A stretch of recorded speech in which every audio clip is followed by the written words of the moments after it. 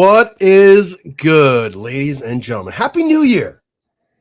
Happy 2026. Aren't cars supposed to be flying in the air and we're living on different planets by now? He's Pat Gregoire, always giggling, always in a good mood. My name's Teddy Jenner. Find him at P. Greggy. I am at Teddy Jenner. The show at OTCB_podcast or on the Instagrams at OTCB podcast. Got a great show for you to kick off the new year. The man that made headlines at the end of last year, looking to make headlines the start of this year. Jack Hanna now of the Colorado Mammoth.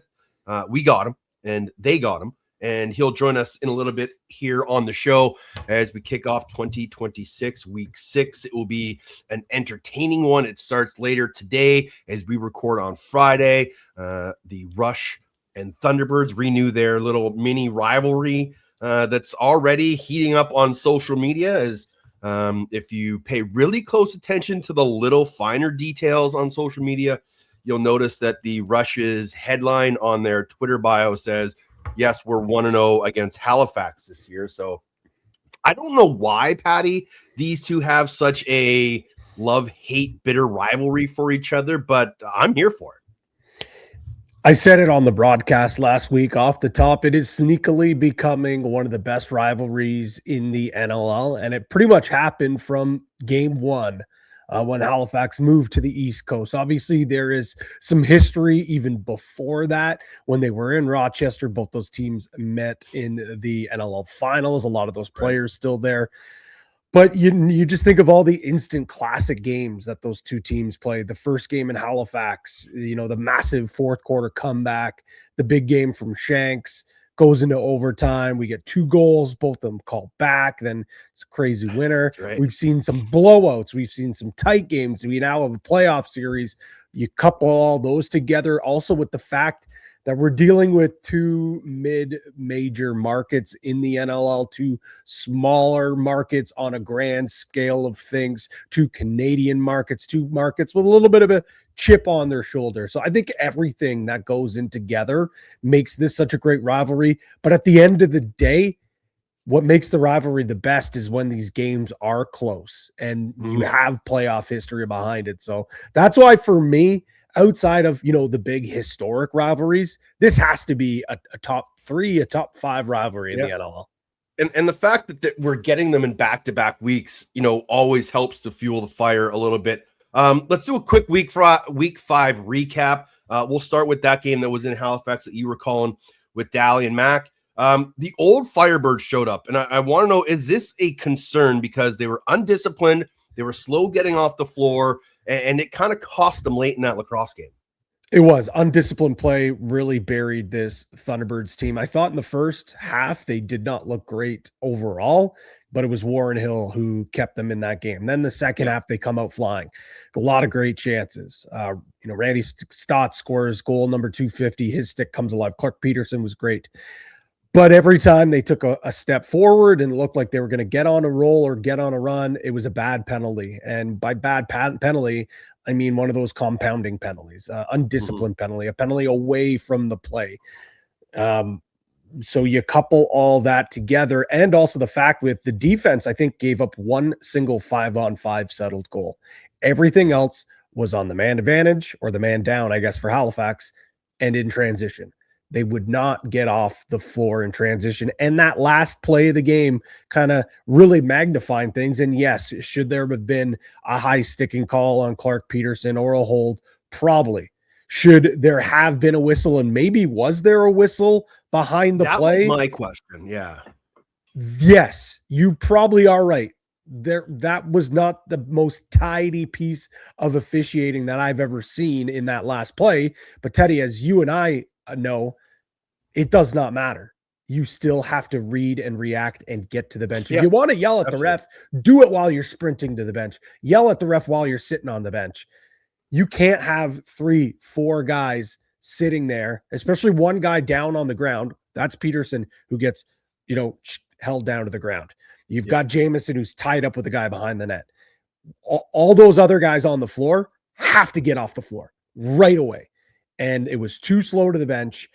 It was a quick reaction by Jarrett Smith, and kudos to him for having the heads up to recognize, okay, I guess it's blow in. I'm taking off. I'm going. And who else but off the stick from hero to villain, Shank goes into being one of the fan favorites in that building to public enemy number one. Yeah. Poetic.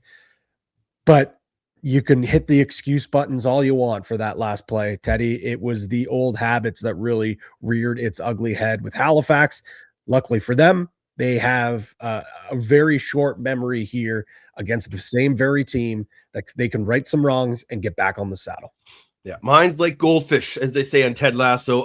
Landon Kells obviously has had a mind like a goldfish because he continues to stuff you into a locker. Oh, yeah. For the second straight week, he was fantastic in that game against Toronto. Really allowed Vegas to settle in and stay within that game and not allow Toronto to get a momentum. Don't look now, but Vegas has won 2 in a row. The Black Bears give up another 6-goal run, but they're able to regroup and find the win. That's an important win for that group. The Georgia Swarm young gun showed up. Dobson was nearly perfect, but Patty, is he setting a bad precedence with all of this contact in his crease? This is now 2 games this year where he's been involved in major plays in his crease. One didn't go his way. The other definitely didn't go his way. What did you make of this? Like the explanation from the official was that Dobson stepped into the path of Ryan Lee so that it wasn't goaltender interference. Are we opening up a can of worms here by saying, oh, well, if the goalie moved into him, it's not a penalty? We're going to have maybe open season on the goalie union?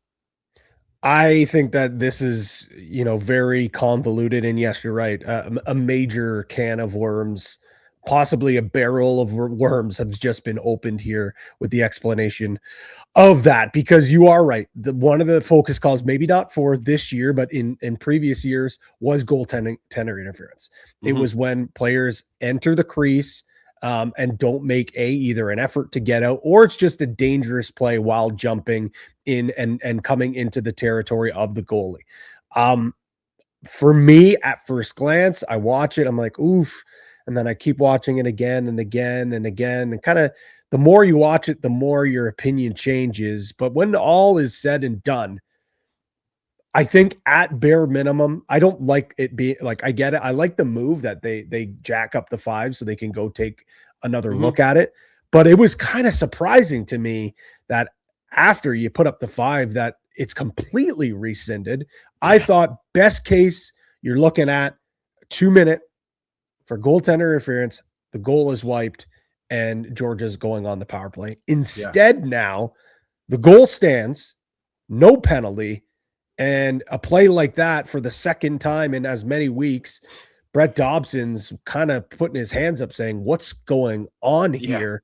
What do I need to do? Because, Teddy, if you take that goal off the board, we're talking about a historic night for Brett Dobson. He's putting his name in with Warren Hill and with Matt Vince and with Whipper Watson as one of the greatest individual goaltending performances of all time.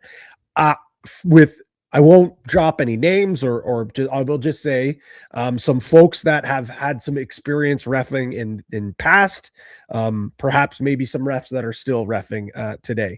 The word that in town hall, perhaps after the discussions were had in their weekly calls, was that the scenario that I kind of laid out is what probably should have been assessed. The 2-minute, just drop it to a 2-minute. Yeah.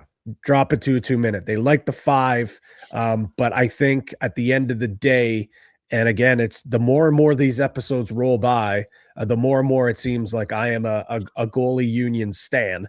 But we got to protect the goalies. And if we're going to say we're going to protect the goalies, let's actually do it here. So I think this might have been the wrong call, or I say my opinion might have been the wrong call. From what I'm hearing, the league also thought it was the wrong call, but it's not as outrageous and far-fetched as we saw a goalie going in to the penalty box and serving a 5 like Dobson had to do.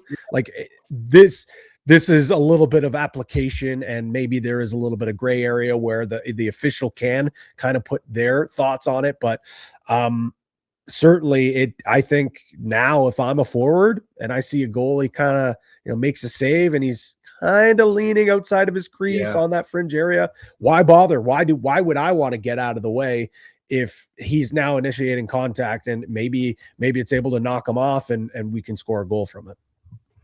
I remember when they sort of introduced the focus call, and this goes way back to like, I want to say like Chugger when he was playing, because goalies started getting frustrated at the dive, so they would initiate the contact. Yeah. And they would, goalie interference, take it off the board, no big deal. So they adjusted it and said, well, if the goalie initiates it, then okay, like then it's not a penalty. We continue to carry on. I don't think Dauber intentionally meant to hit him, but he did step into the path. And I get it. It's still goaltender interference. You still have to make an effort to avoid the goaltender. What surprised me was that there wasn't more of a reaction. Like I think it was Henrik was on the floor. He went right up to Ryan Lee, and then Dauber gets up off the floor. No bucket, kind of gets in between and grabs Ryan Lee. I was just surprised now that this is the second time that their star goaltender is hurt, and there wasn't more of a physical reaction. I don't need the whole bench to come off the floor and go after Ryan Lee, but somebody has to set a precedent saying enough is enough. If you're going to run our goaltender, there has to be repercussions to be paid. And if the league can agree, offline or off record and be like, hey, you know what? Yeah, we got it wrong. It should have been a 2-minute goaltender interference. Okay. If we can continue that sort of storyline and that penalty is called the same way throughout the rest of the year, okay. But like I said, if this opens up free season on goaltenders, which I don't think it will, but if we start to see guys, like you said, if he's starting to lean, I'm going to make contact. I think it's a slippery slope heading down the road of protecting goaltenders and not protecting goaltenders. So I know there's a couple other people that got takes on it. Kai the goalie has a take on it out there on social media. Hold on. How about shout out to Kai the goalie having that piece of content out, like right with the blink of an eye, like that was so awesome. I absolutely love that. Shout out to him, shout out to all the content creators, but shout out to Kai the goalie for getting that instant reaction. That's something that I think the league, we're starting to see more content creators do, have that instant reaction. The Daily Dive guys did a live watch party. Loose Mesh crew have done some post game stuff. The Run Out podcast, I believe, have done some live watch along shows as well. And now Kai the goalie, instant reaction videos as well to boot. So I absolutely love it. Final game of the week. The champs pull away in the second half as Buffalo hands Calgary the third straight loss. That's kind of how we thought that game was going to go, and we talked about it last week. It would be close for a little bit, but Buffalo would kind of start to pull away late. This is now 3 losses in a row for Calgary. What about Josh Sanderson's post-game press conference? Like, he's giving Kurt Malosky a run for his money for, brutal truths when it comes to coaches on a microphone. He was not happy. He never really, and when we've talked to him a lot on our broadcast calls, stuff like that, he doesn't talk a lot. He's very to the point and succinct. Doesn't give too many long answers, but that was as fired up and as angry of a coach as I've heard in a long time. Do you think it sparks his team? Starts with me. I didn't have the team ready. Tell us in what way do you feel? We weren't ready to play. I didn't think Buffalo was very good in the first quarter, and we weren't very good either. So no idea, but we'll fix it. What do you think about these young guys getting their first look here at the Dome in front of 11,000 fans? I don't think about it because they're not going to get another look if they don't start bringing a bit more to the table, some of them. What is the identity of this team, would you say, right now? We're supposed to be real physical and fast, and we were slow and soft.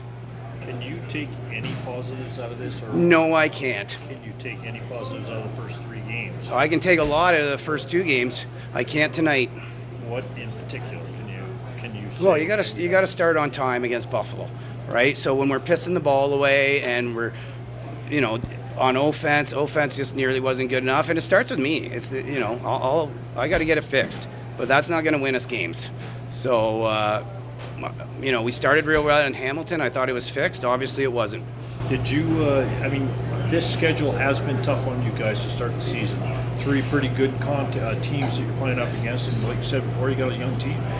Yeah, no, we're not going to make excuses. It's just the way it is. We got to be better. We're not going to make excuses. We know we're a bit younger, but we could have played a lot better than that, and I think we deserved some better results that maybe in the first two, but not tonight. So I got to do a better job of having them ready to play. It just wasn't good enough. Is there any value to washing your hands of this and just moving on? No, we won't be washing our hands with this one. They're going to hear it.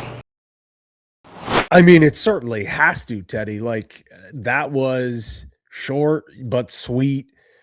No sugarcoating at all. Like, if that can't get a response from your team, I don't know what will. He called out the vets. He called out the young guys. He called out everyone. Everyone was held accountable. And I heard some chatter and some comments being like, well, this isn't a team that is supposed to have success. This isn't a team that's supposed to beat the Buffalo Bandits. But I think that this is outstanding because he's still holding his team to a standard, and it's not about winning games. It's not about the results. It's about the process. He said, you can't come out slow against Buffalo. And they did. They jump out. Then they start playing better. His issue was the way they started and the way that they finished. And yes, young, inexperienced teams are going to do that, but you can't allow that to be okay just because you're young and experienced. That's where you learn. And when your coach holds you to that standard, that's where you're going to learn. For him to come up and be like, you know what, I thought we played great in the second and the third. It's unfortunate we just fell short. That's a very good Buffalo Bandits team out there. What does that teach your team? Yeah. The way he went out and used as an opportunity. And I think it might have been, I think it was Josh McDonald on Anything Lack said, if that's what he's saying to the media, you can only imagine what he's saying inside that locker room. Yeah. So for me, it's like, so peel back the curtain on Daily Dive today. Two of my best bets for Patty Profits. One was the over for Calgary and San Diego, because I think like guys like Pace, guys like Cook, Dixon, the vets, like they're gonna step up. They realize what's at stake here, and also the young guys. Like he said, someone asked, what were your thoughts on the rookies playing their first game inside, getting a taste of Saddle Dome? And his reply was, oh, it doesn't matter, because if they don't start playing better, they're not going to see it again. Yeah. Well, the thing is, as you said, he's holding them to a higher standard, but he's also holding himself to a higher, because he's like, that's on me. That's on me for not getting the guys ready. It's my fault. And we've heard coaches say that before.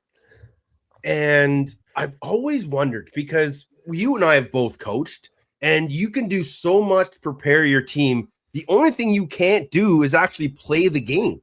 Yeah. And so for him to say, hey, that's on me for not having him ready to go at the start of the game, that's taking some of the pressure off of them and wearing it a bit.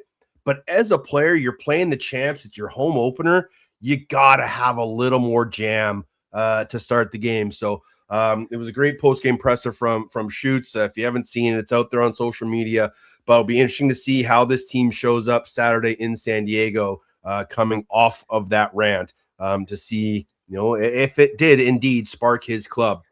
News of the week, Patty, and this leads us to our guest this week. Jack Hanna is now a member of the Colorado Mammoth. We had been watching this saga unfold. There was rumors coming out Saturday night that the deal was done. We're all trying to chase the story of, is it done? It gets announced later the next day. What were your thoughts on this whole situation? I think that it's great that the deal finally got done.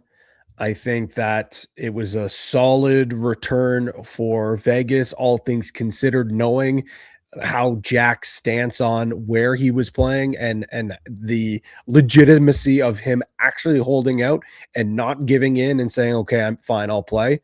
I think the return was great. I think it could not come at a better time for a team in Colorado that desperately needs an offensive jolt into that lineup. Lee needing help on that right side.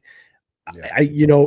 I think if all pieces, like if Q gets healthy, if McLaughlin comes back in this lineup and Hanna fits in, this team look out. But with that being said, things got to happen sooner rather than later. So I think there is a little bit more of pressure on both sides to finally get this done. Vegas feeling good about themselves so they can part ways with Hannah. Colorado maybe feeling the heat a little bit to get that offense improved.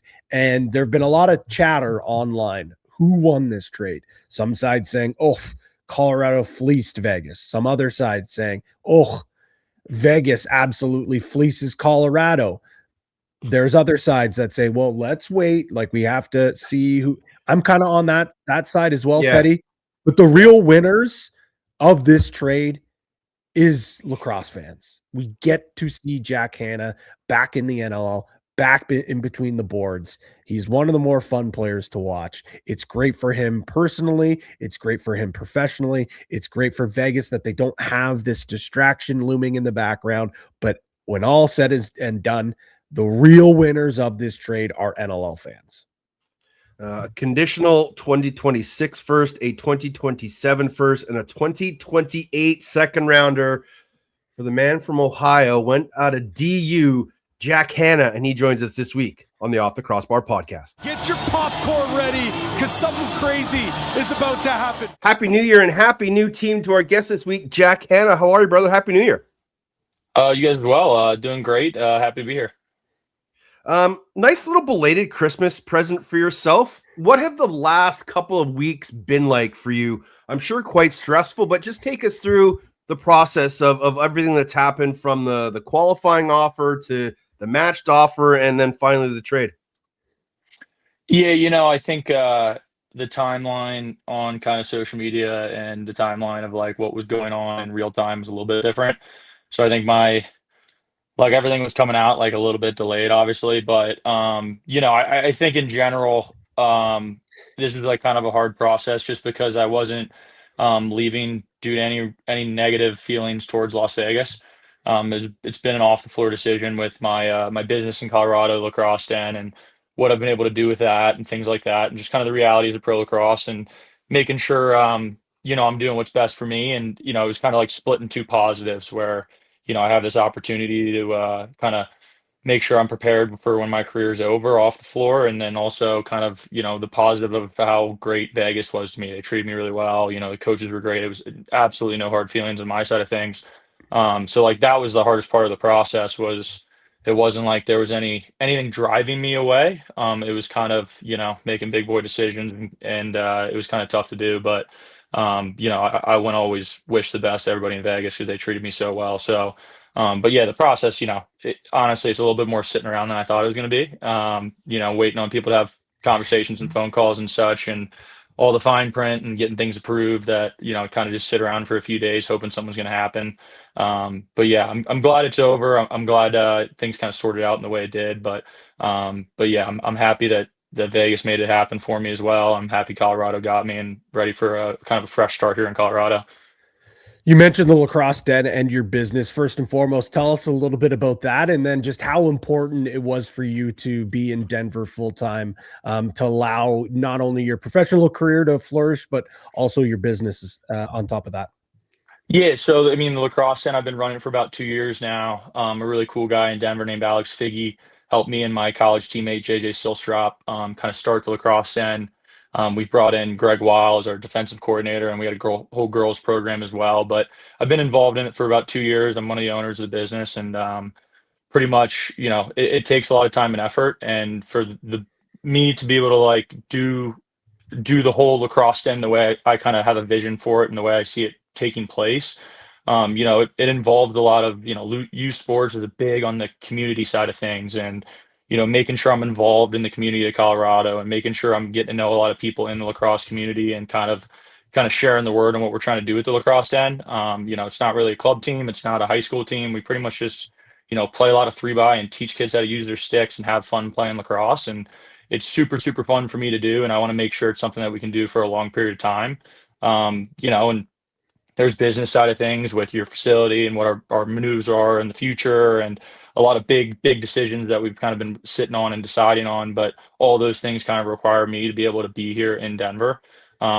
as much as I wanted to stay in Vegas and continue to do that, but the lacrosse den itself is just it's such an awesome experience so far. We have a huge group of young kids that are learning the game. They love box, they love field. It's kind of like a hybrid style of coaching that I've kind of come up with that we're not sitting here teaching kids how just to hammer the ball down the alley like a field player. And it's also like we're not only teaching them box concepts. I'm just teaching kids how to be great lacrosse players, and I've really fallen in love with that process. So yeah, it's just the more time and effort I can be here, the better job I can do for the kids in Denver and to make the business what I kind of foresee it being. And I just didn't want to have to kind of split, things that require your full effort. And I didn't want to have to give anything less to Vegas or anything less to the lacrosse den. So that's kind of where that's come from, but couldn't be more excited to be a part of the community. You when you came from Ohio to Denver to go to college, you were still learning the box game. You're obviously very proficient in the field game. And then you play in the college box league and you start being involved in that community. How have you seen the growth of lacrosse in Denver since your first days there to now running the lacrosse den? I mean, it just continues to grow so fast, and a lot of credit to Matt Brown and US Box, LXTC, and all the other great programs and coaches around Denver. But obviously, being a DU guy and knowing the coaching staff and the work that they've put in the community, it's I can go sit down in Coach Brown's office and he'll show me every step of the way that the thing's been growing, and how many more kids are playing box, and how many more kids are involved in the lacrosse community in general in Denver. And it's really cool to see, like I really didn't recognize how much attention the kids, or just how many people that were huge Mammoth fans that I was coaching on a weekly basis for the last year or so, that since this trade's gone through, it's like I think every kid that walks in the door is like, we couldn't be more pumped to come to Mammoth games. And to me, that's a sign of growth as well. So just in general, I mean, yeah, it's exploded. So it's really cool. Can't believe it, but we're already entering week 6 of the NLL. You haven't played a game in quite some time, especially with the NLL inside the box. What exactly have you been doing to stay on top of your game, knowing that eventually something could get done, and now it has got done? Yeah, I mean, honestly, that's been the hardest part of the process, really, is that I've been sitting around getting ready to go every weekend in anticipation that something's going to happen. Obviously, there's been a few weekends since nothing happened, so not the end of the world for you. I'm worked out, got in shape, was ready to go, but nothing happened. So that's I've been kind of doing my same routine like I would, preparing like it's any other game week.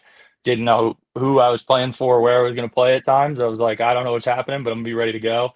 But also, there's also those nerves that you can't really simulate what we're doing out there either. I haven't been able to find anybody that wants to wrestle me for an hour and a half to get the simulation going, So kind of just gotta grind through it, but we'll be all right.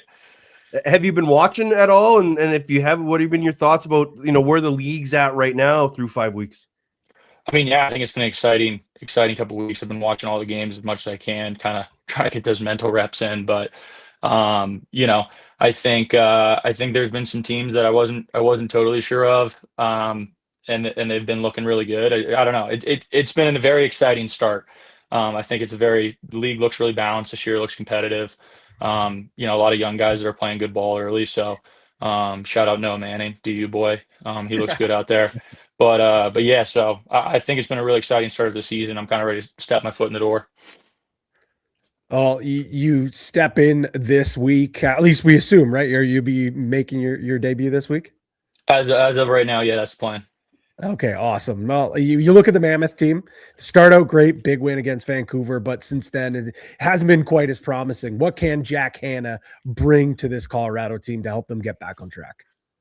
I think obviously they didn't have a great game last week from an offensive end, and it's clear that they know it too. I've been a part of plenty of those games, and it happens. So I think there's obviously some simple things that I can do that, I got fast legs, so I can use those to help everybody out. And then, realistically speaking, walking into week 1, I'm not really too worried about myself. I'm kind of worried about making sure I'm stepping into the team and not stepping on toes, making sure everybody can kind of do what they do and kind of finding my spot in the offense and how I can help everybody out. So that's really kind of my focus for this week for sure. Got a lot to learn about other guys that I'm going to be playing with now. So that's kind of my real focus. I'm going to try to do what I do, but obviously it's going to look different than what we were running in Vegas and such. I know you've done your homework. I know even you were watching a lot of film, watching a lot of games. You're even a self-proclaimed lax rat. So who's one guy on this offense who you're really chomping at the bit to get beside and get to work with? Honestly, it's for me, obviously, like Malcolm is an incredible player, but for right now, I'm going to say Ryan Lee. I think he's been such a great player for such a long time now.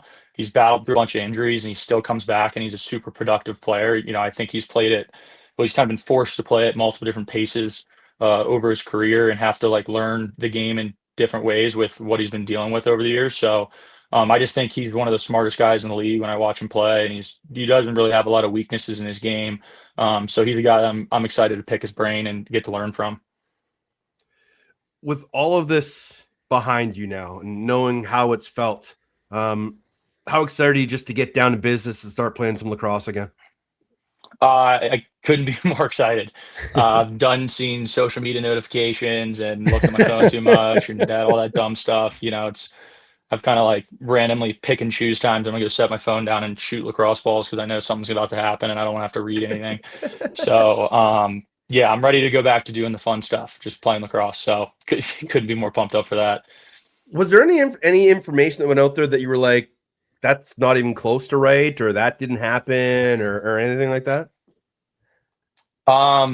Yeah, I mean, I don't want to throw any shade at Fair. anybody, but I had a very nice conversation with somebody as well that just, you know, yeah, I don't want to go anybody in the lacrosse community because I think I think everybody, I think everyone's You're got a good. purpose. I don't think, there's not a million guys out here covering lacrosse and working really hard at it. So I don't really want to kick down at anybody that's working hard at that and doing that. But Respect. at the same time, yeah, obviously there was a couple reports that was like, maybe my intentions or what I was thinking when that wasn't what I was thinking, but it was Right. okay. Every time I had one of those come out, some people called me and I had a good conversation with them and just absolutely no hard feelings. I totally get it. Did you ever have Yeah. Field Yates on your bingo card as breaking news of your lacrosse career? No, that was certainly not on my bingo card at all. I did kind of know it was happening though. Yeah. My agent is pretty good friends with Field Yates, so Yeah. I kind of knew it was happening. To be fair, I didn't really think he was going to post it. I was like, I don't really know if he's going to post it or not. I was like, I don't know why. And then he threw it out there. I thought it was pretty cool though. Got to get Yeah. we got to get Field to Ball Arena now for a game though. I know. We'll know. I know he's a big lax guy. We got to get Yeah, I him. think he inside played the at box. Wesleyan. Yeah, He's yeah. good dude though. So yeah, Yeah. I haven't chatted with him much, but I said thank you. Speaking of social media, Dan Arestia made the comment on Twitter saying, with now you being a part of the Mammoth, how long until you're part of the Outlaws? Is that a conversation that's being had, or is that far down the road for Jack Hanna? Well, I mean, I think that kind of gets into the logistics of how both leagues work. Yeah. If I was to get traded to the Outlaws, I'd be flying the exact same amount of flights. Touche. So yeah, like nothing would change, and it wouldn't help me anymore in my off the floor life. So Yeah. for right now, I mean, I don't know. The league's obviously changing over time here with the PLL and stuff. So we'll kind of see down the line what happens and things like that. But for the foreseeable future, nah, not at all. Yeah, right now, I'm not changing much up. Yeah, we'll give you a chance to plug the Lacrosse Den. Where can people in Denver find more information? Yeah, so we have everything attached to my social media accounts. You can find Lacrosse Den social medias there or lacrosseden.com. But yeah, tune in. We go first graders all the way to high schoolers, boys and girls. Just Awesome. Coaching the game the best we can. You got a bunch of great coaches. All my coaches are either Division I or professional players, and that's kind of something we kind of hold our heads high on. So we're bringing the best people we can to teach as much about the game as we can to hopefully make all these kids in Denver continue to love the game and keep playing and excelling. Well, now those kids in Denver can watch you up close and personal as a member of the Mammoth. Congratulations, my friend. I'm so glad this got done for you and resolved and you're back playing the game. Happy New Year. Good luck this weekend and appreciate the time, my man. Thank you very much. Happy New Year's. Oh my goodness! Oh my goodness! There is Jack Hanna, the wild man. Love to see guys doing more things like the Lacrosse Den. I'd love to see every market have something like that, whether it's team owned or player owned, but just continually to give back to the game and help grow the game. I'm glad it all worked out for him. I'm also glad there's no bad blood between him and Vegas, like some were speculating. But just a down-to-earth, great young man who, was putting life and business before lacrosse, and hoping that it worked out for him, and it did. So like you said earlier, the true winners at the end of the day are the lacrosse fans who get to see Jack Hanna play. Even more so, the future of lacrosse. There's young fans in Colorado that get to be taught by Jack Hanna and watch him as the game continues to grow, wanting to be the next Jack Hanna. It is huge, and you close that out for your conversation with Jack, and you could just see the smile in his face. Like you could tell. Like, I mean, you and I have had lots of conversations with that guy. He is very, he loves lacrosse. Like he loves lacrosse. He eats, sleeps, breathes it. The indoor game, the outdoor game, and I love the way. Like you could just tell. Like it was such a relief because I'm sure it was chewing him up not being able to play, and even just to make that decision for the betterment of his business and of himself. You could just tell like he sounds a lot more light. I think there's still a little bit of a nervousness to him and excitement. He wants to get out there, but my biggest takeaway from that interview is he's teaching these young kids the Jack Hanna way to play lacrosse.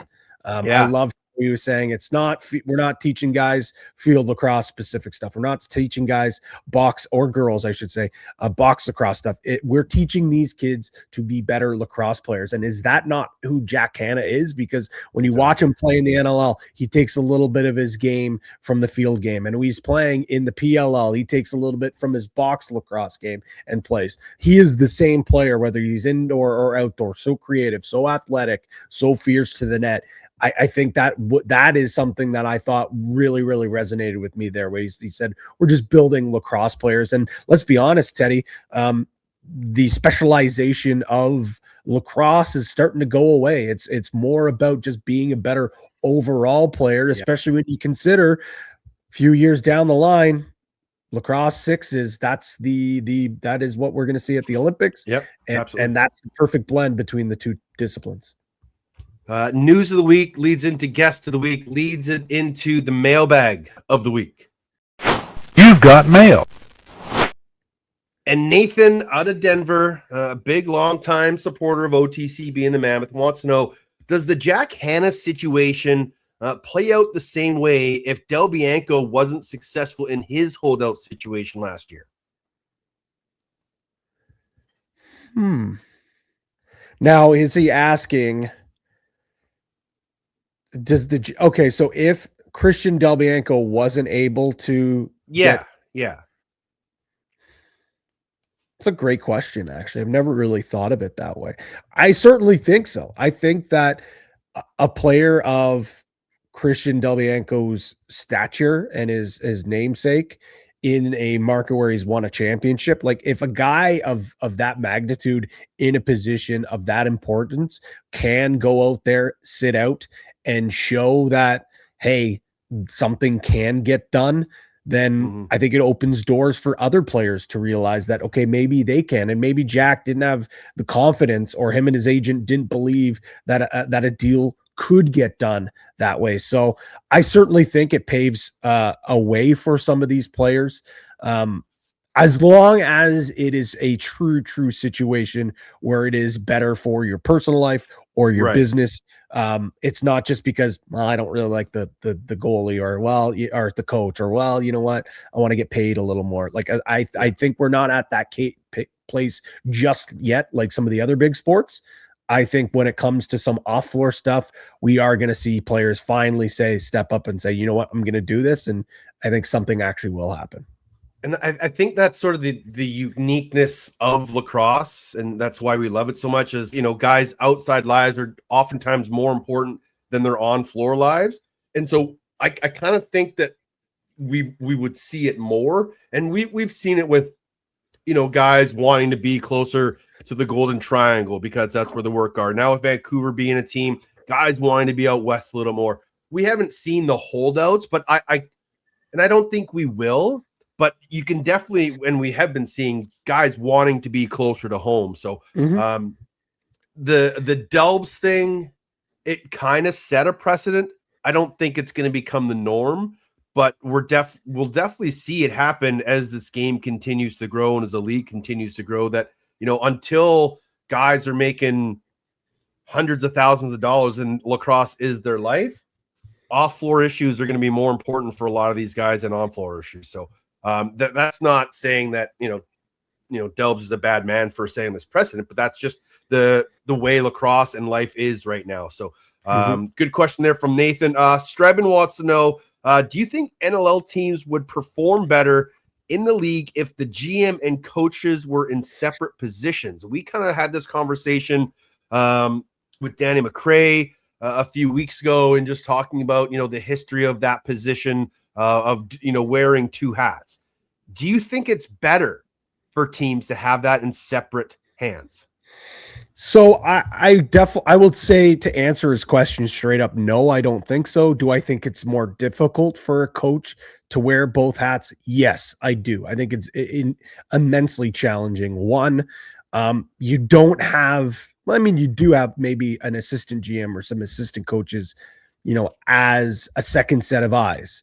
You're calling the shot. So you get your players that you want, and you're going to put those players then on the floor. There's not so you don't see your biases in certain players. That's one thing. The other thing that's difficult as well is you're dealing with all sorts of things throughout the week. You're not just solely working on film. There's other things that go into it. One thing that I do like that is an ongoing trend that a lot of other teams are doing is an assistant GM that completely handles contract negotiations. I think that's a non-negotiable, no pun intended, because it does not allow your relationship with the players to go tumultuous because you're holding a hard bargain. That kind of stuff is away from the bench, away from the floor. You don't have to worry about that. But with all that being said, if you have a lacrosse mind that is very good at assessing talent and drafting, and is very good at negotiating contracts or making deals, and he's also a very good head coach, like a Derek Keenan perhaps, why would you not allow that to do it? So I'll say no, but I will say it takes a very, very special lacrosse mind to be able to hold both positions at once. Yeah. All those other roles, whether it's, lacrosse ops, player development, assistant GM, media person, all those things go so far in helping a general manager's job become easier. So you're right. Having those positions of people that you can trust in place really goes a long way in helping you have success by wearing two hats. I don't know. I've always kind of been of the mind that it's got to be really tough, because if your team's slumping, as a GM, do you blame the coach? Oftentimes, you would say, "Oh, the coach isn't getting the guys done. They're not getting prepared." Well, it's got to be hard to hold yourself accountable in that situation. You know what I mean? Like we always say, "Oh, what's Derek Keenan do? Would Derek Keenan going to fire himself?" Well, Derek Keenan took himself off the bench, and lo and behold, a year later, he's back on the bench. So it's always got to be tough in those situations. That's why I kind of would like to see teams not have the two hats on one guy. I would like to see, because go ahead. I was just going to say the only issue here is, and I don't know if a lot of people think of it, I know you and I have had the conversation. It's at a place where it's money, right? Like it's to get to incentivize the coach and GM to maybe take the position, or allow them to only focus on said position, so they don't have another job maybe for only some of these, or they can put a little more time so they have a little more money to play with, until we get to a point where there's enough money where you can pay a GM to be a full-time GM and a coach to be full-time coach. Yeah. That's also where I think we're going to continue to see this. But I think you and I, do you think they're not double dipping? Are they not getting a GM salary and a head coach salary?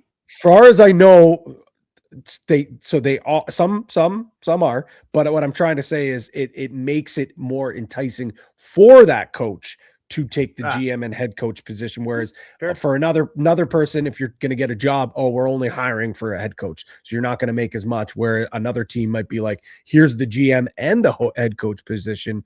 Come coach and GM our team. So I think it becomes more of a lucrative job, I guess I could say. I can respect that. Final one comes from Sean out there in Toronto. New Year's resolutions for 2026. One player, one team, and one for the league, Patty. So you gave one on Friday night, and I liked it.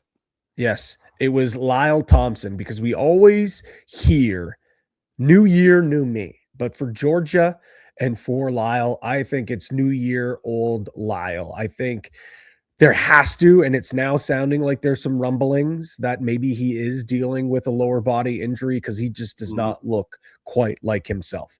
So if that's the case, Lyle, take some time off, rest up, because if Georgia is going to be a playoff team, you're going to need Lyle at full strength. He is on pace for his lowest goal scoring season. He is on pace for his lowest point per game pace right now. He is also during the worst 4-game stretch of his career since his rookie season. Lyle is not Lyle right now. So now that we're hearing it could be an injury, makes a lot more sense. I know it takes so much to get that guy off the floor, but I think what might be best for him, what might be best for the team, is to get him healthy and get him back to full strength. Because I really do believe, Teddy, that if Georgia, I know the defense is great, Dauber's playing out of his skull. There's going to be some games where the defense is going to have their best, or Dauber's not going to have their best. They're going to need their best offensive player to take over a game, and I'm just not seeing it right now. Yeah, and we're going to need him at his best in Edmonton in a couple weeks' time, because if that game happens, we don't have Lyle, I might throw pitchforks all over downtown Edmonton. I'll give one for the league, and I just wanted to see continued growth through TV, selfishly, but also just for the continued growth of the sport. I want to see more games on ESPN2. I want more games on ESPNU. I want, back-to-back double headers on TSN, which we do have for you coming up in the next few weeks. So just continued growth. I don't think we need to expand. If we got to relocate a team or two, I'm still not a big fan of that.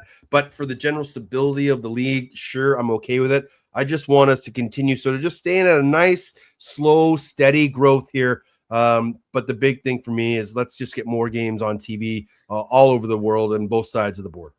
I love that. I love how we're seeing more games on the U. We're seeing more games on ESPN2. I think with Octagon being signed as the negotiation rights for the NLL, we're gonna, we're obviously not going to hear of any deal anytime soon. But I'd certainly believe, and if you go on their website and you look at some of the events they've been a part of, some of the players that they represent, we're talking about Steph Curry, for God's sakes. This is a big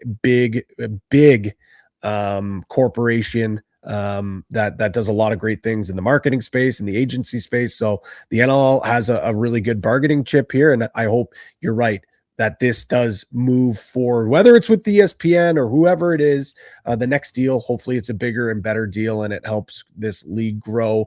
For my New Year's resolution for a team, I think the easy one was what we already talked about, is minding their P's and Q's, playing a little more selfless. That's the Halifax Thunderbirds.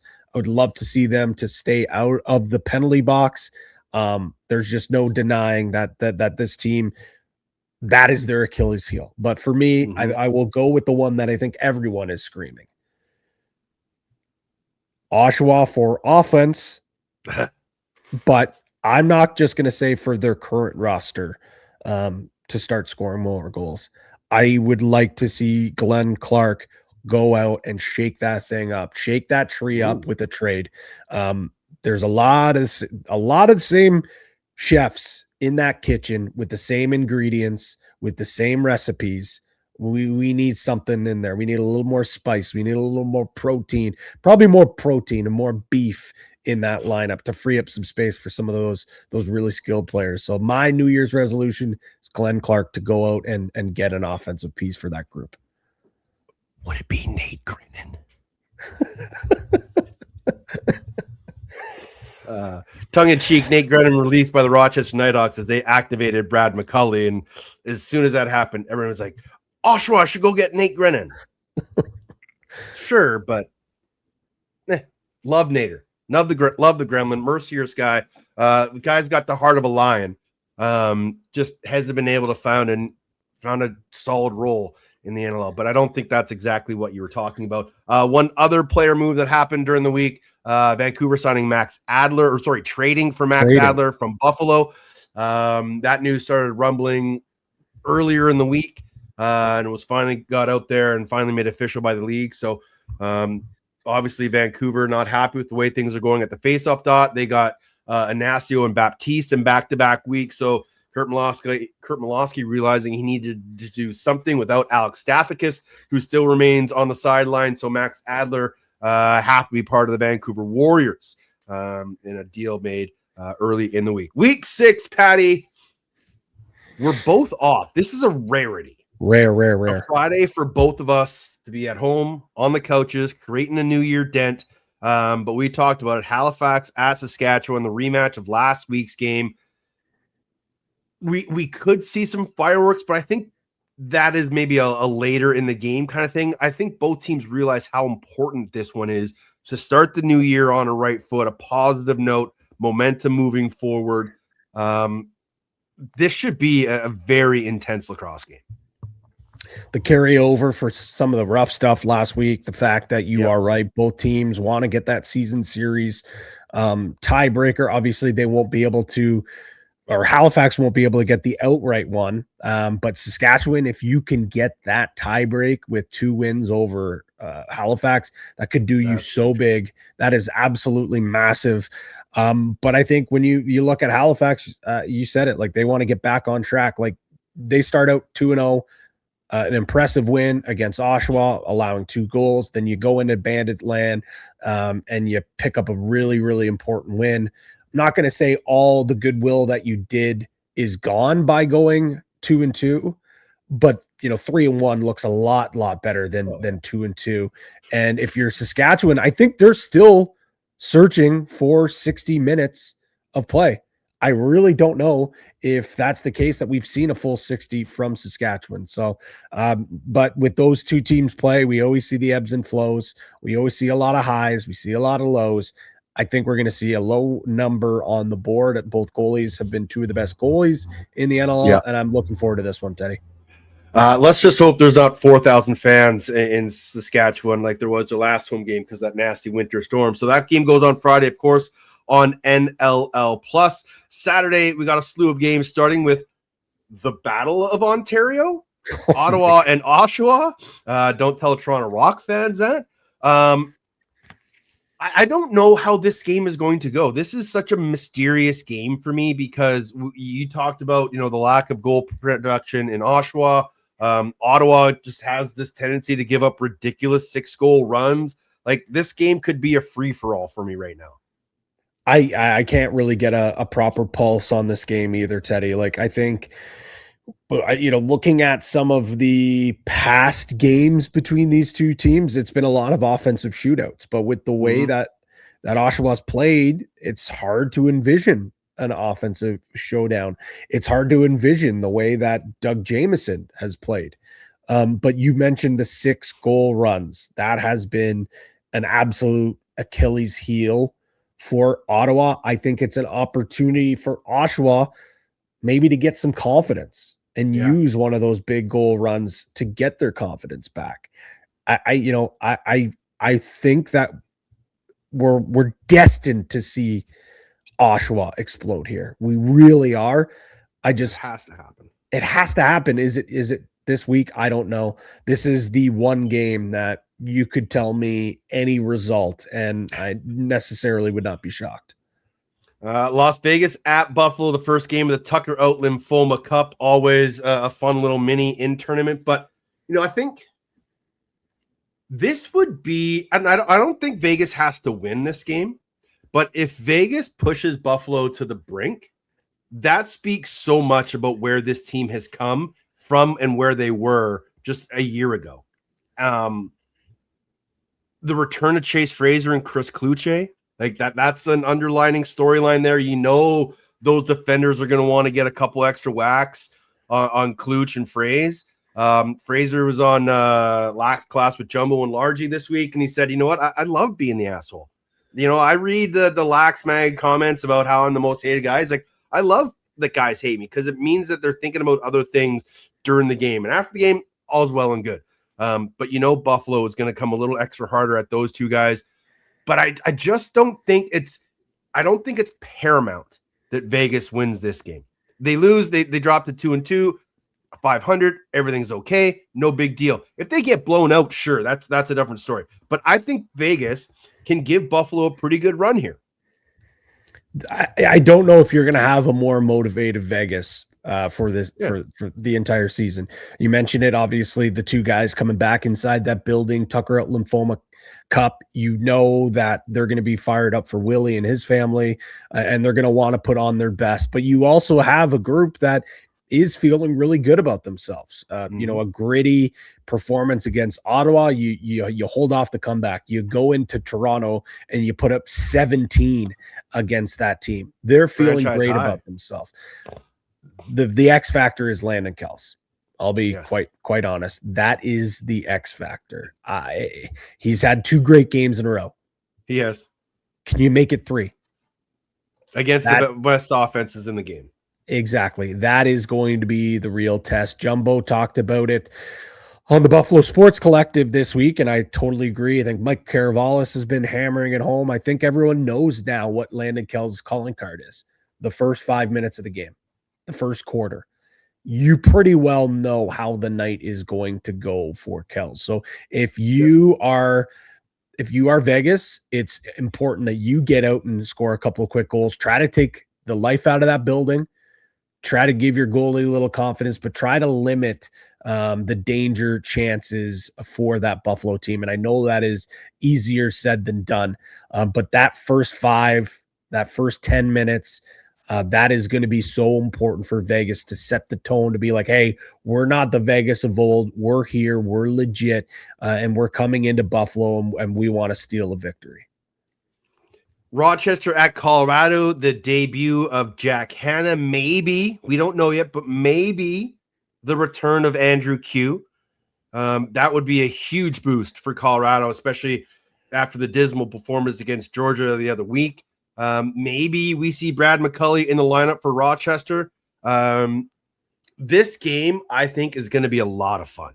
Like I think this is going to be physical, and not in a fighting physical kind of way, but just a lot of banging and crashing, some big bodies getting through the middle. The return of Zed to the Loud House.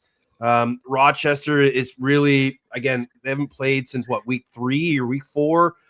Just sitting at 2 games on 2-0.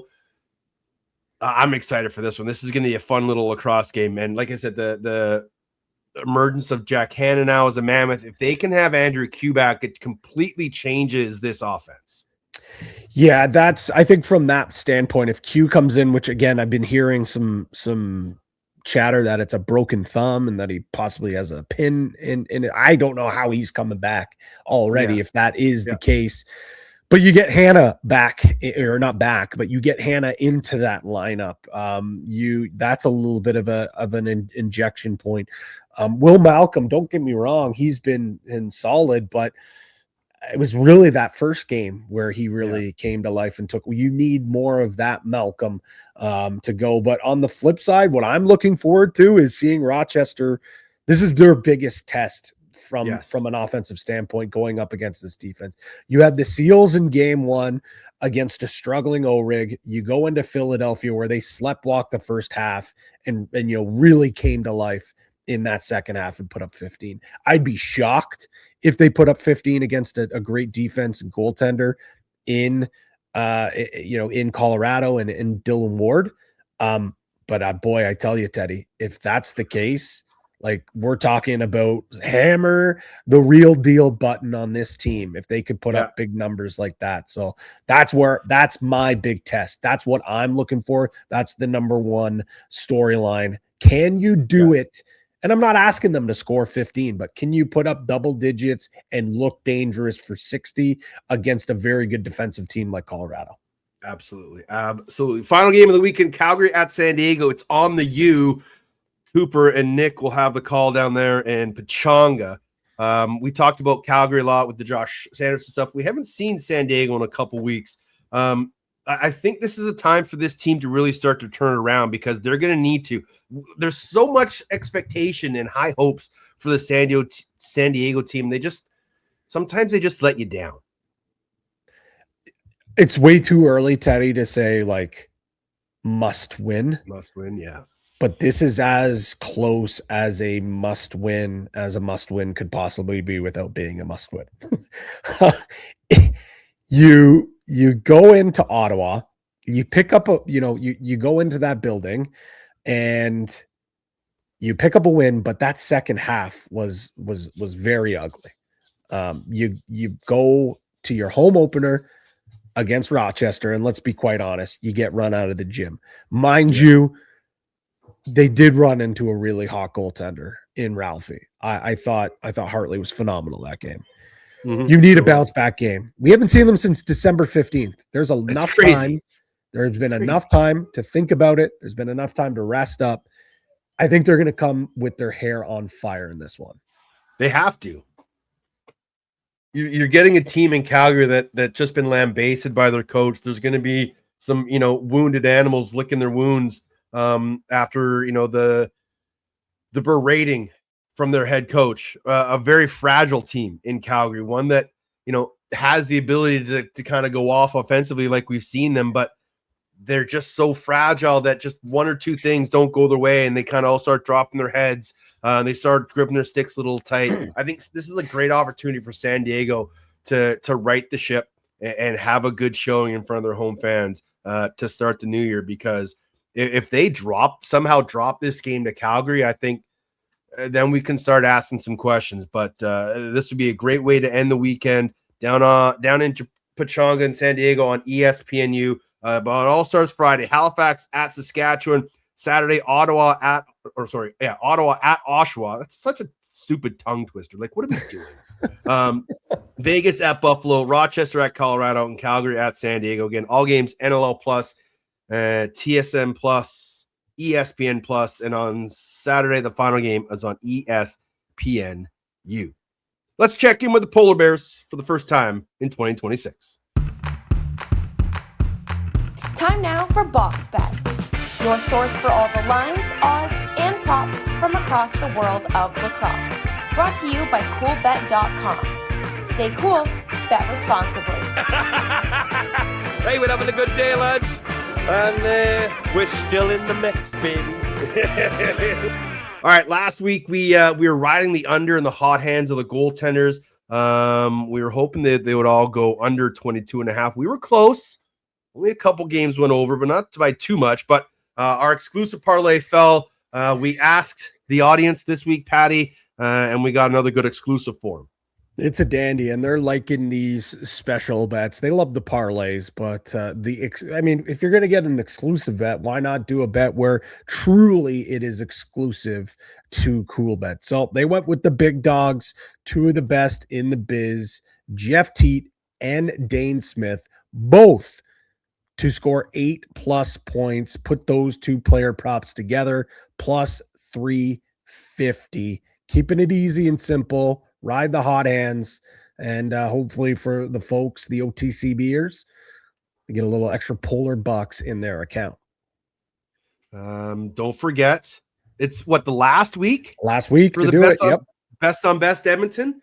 Yes. Every time you make a $10 bet, you get a little ticket. Your name gets entered into the draw, and it'll be draw when? In a week's time?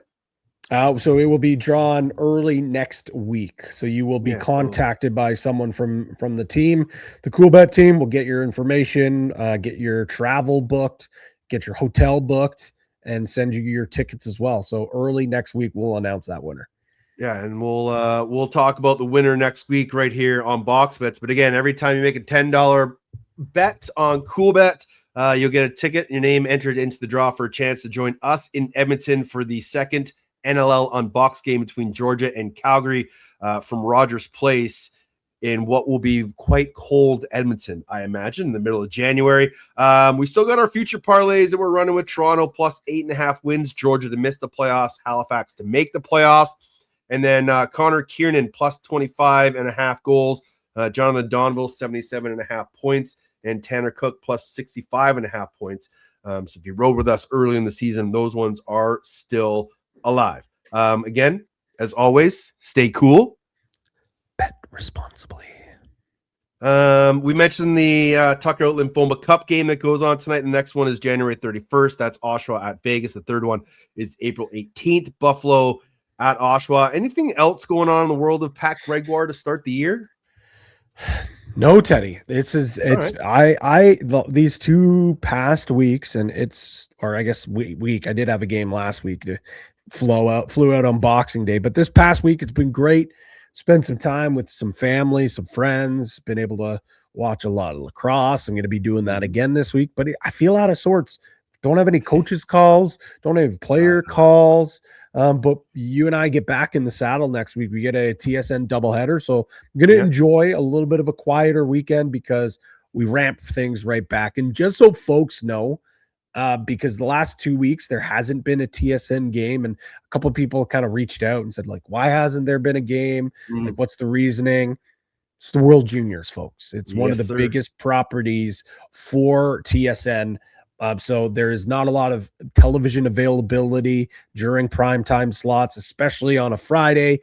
So that is the reason why there is no TSN game of the week. You'll kind of see that as well during the end of March into April while March Madness is going on. So folks, it's okay though, because you can still watch it on TSN Plus, on NLL Plus, if you're south of the border, ESPN Plus. There are still games, folks, just not on linear television anyway. So it's okay. We'll be back though.